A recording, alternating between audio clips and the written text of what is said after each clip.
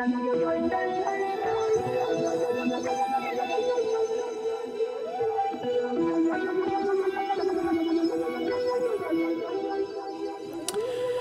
up, everybody? It's CMP with Craftmaster Productions and Studio1Tutorials.com. Thank you for watching Studio1Tutorials.com. If you haven't already, stop by Studio1Tutorials.com and pick up your membership. It is 50 cents a day to master music production in a record amount of time. We are back. Welcome back. Thank you for welcoming me back. Sorry I've been gone so long, but get ready for a fuck ton of content. It's coming. It's going to be amazing.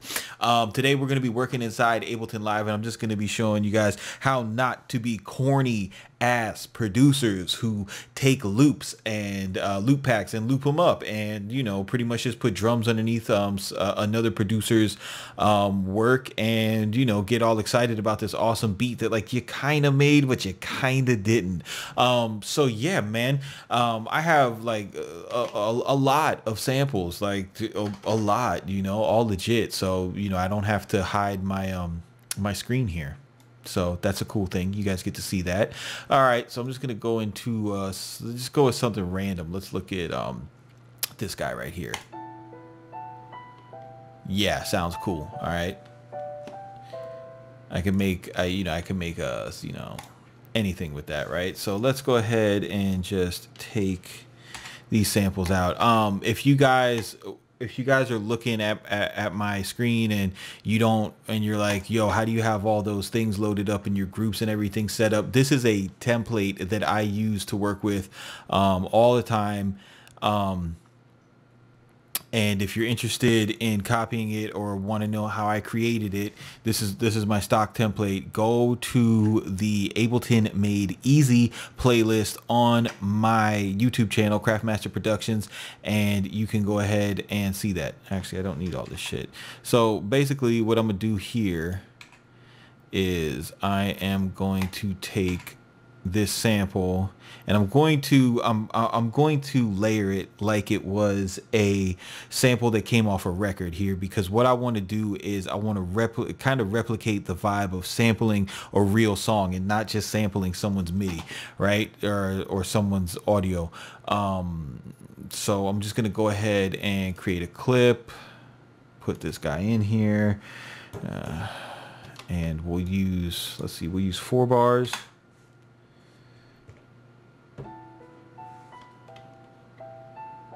Oh, that sounds so pretty.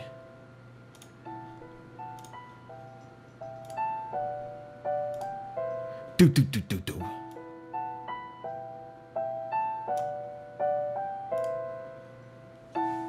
Yeah, it sounds like a Ross and John Legend song right now. So let's go. I don't fucking feel like making a Ross and John Legend song. So I'm gonna go to Sound Oracle. Gonna fuck with his new Articulate pack. Just go to the control room, find something that's in the fucking key of the song, keeping it simple in an effort to not be basic. And I'm just going to drag this down into the sample rack as well. Go back into my clip, bring this guy in. Yeah.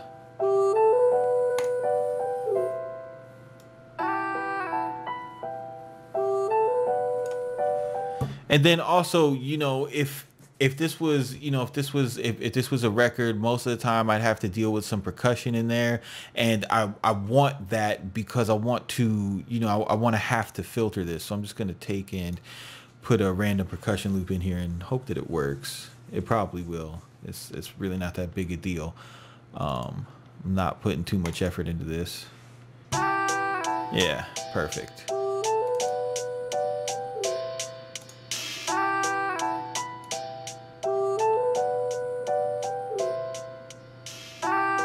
I'm just gonna pull the hats back because I don't want to, you know, I want them there for a vibe, but I don't want to, you know, have to do a whole bunch of processing, a whole bunch of filtering to get rid of them. Yeah. Okay. Cool. And that's it. So now what I'm gonna do, I'm gonna go to my arrange window. I'm gonna record the master bus, right? hit record and just punch this scene out.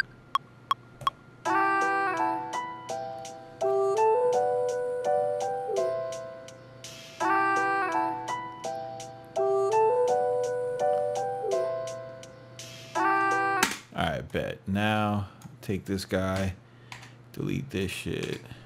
Now that I'm in audio, I can go ahead and just do something easy. Let me just crop this. Where you at, boy? Alright, so let me go ahead and just reverse this. Click on my sample. Now I'm going to get rid of these guys because I do not need them anymore.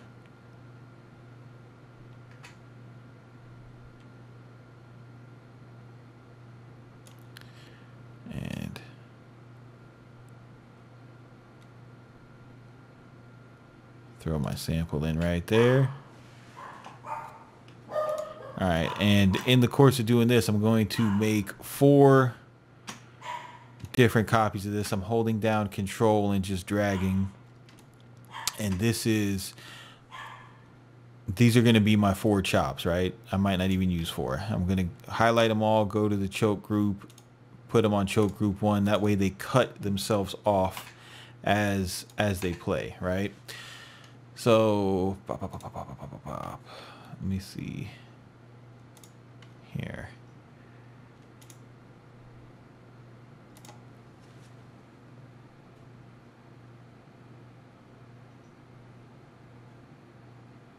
Just turn the gain up on this. Yeah, I'll turn the gain up so I can see the wave a little bit better.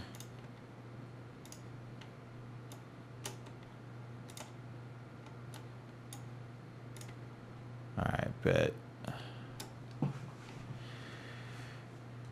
Notes. Let's see what we got. Alright, bet. So let's go ahead back into clip view. I'm just gonna go and drop 1, 1, 1, and then we'll take this guy. And we'll move him up here, and then we'll do 1 up here, right? I could go back to the sample and start adjusting the start and end points.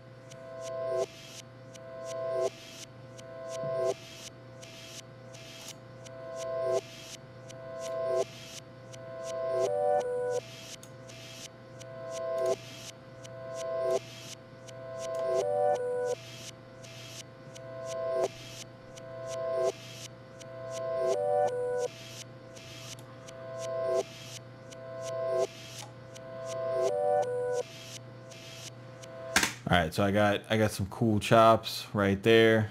Let me just take that. Let me see what happens if I go back here.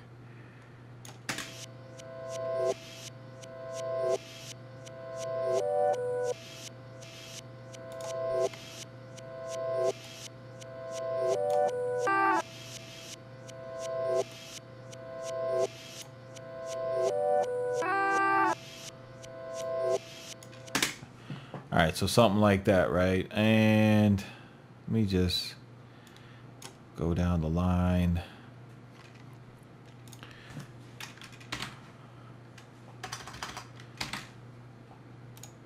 Fucking love the browser in this DAW.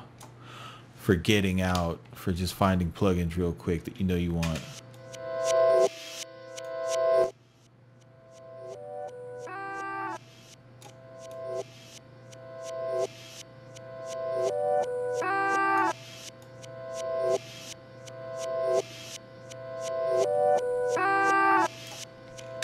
All right, cool. So now I got something that is just completely different from what we started with.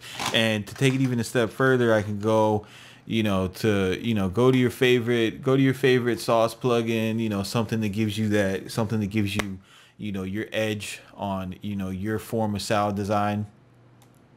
I really like this piece of shit right here. It makes me happy.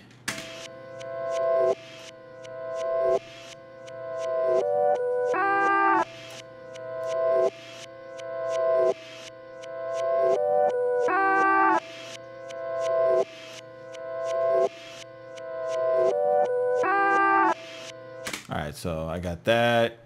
And then maybe I could even take it a step further and use like a, you know, like a time-based plugin that can add some extra fucking sauce to it. Now we're just putting sauce on top of sauce. It's getting messy.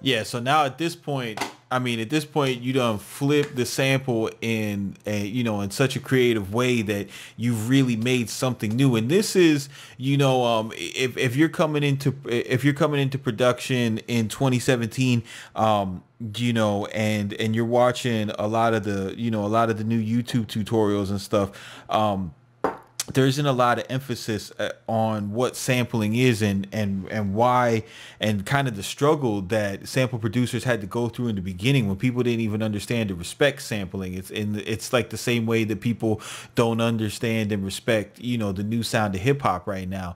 And you know, what it was back then, you know, people were taking parts of songs and flipping them and whatever, and musicians were like, yo, fuck you, bro. I fucking spent 15 years mastering the guitar, and you just take a little piece and loop it up over and over and over again, and then you don't even sing on it, you talk over it. Like, that's shitty music. But it was the way that producers like Primo and Pete Rock and RZA and No ID were able to take these samples and, you know, and flip them and turn them into brand new compositions. And I feel like with the quality of the midis that come out, especially from like famous producers that you look up to, like Cardiac, you know, you'll get that stuff and you'll be like, it's like I'm making a beat with Cardiac. But you should, someone like that has the same knowledge that I have of what sampling is supposed to be, and they're making these audio packs for you so that you can sample and be creative in the way that they would be creative when they would sample, but without the restriction of having, you know, a shitty recording or a bunch of percussion in the background, or, you know, vocals that don't work and stuff like that. So you really want to approach this, you know, with just maximum creativity. Don't just go into a you know, into a loop pack or into a MIDI pack and just use what's there. Like, take it and make it your own. Keep it simple, but don't be basic. This is CMP with Craftmaster Productions, Studio1Tutorials.com, and we will see you on the next one.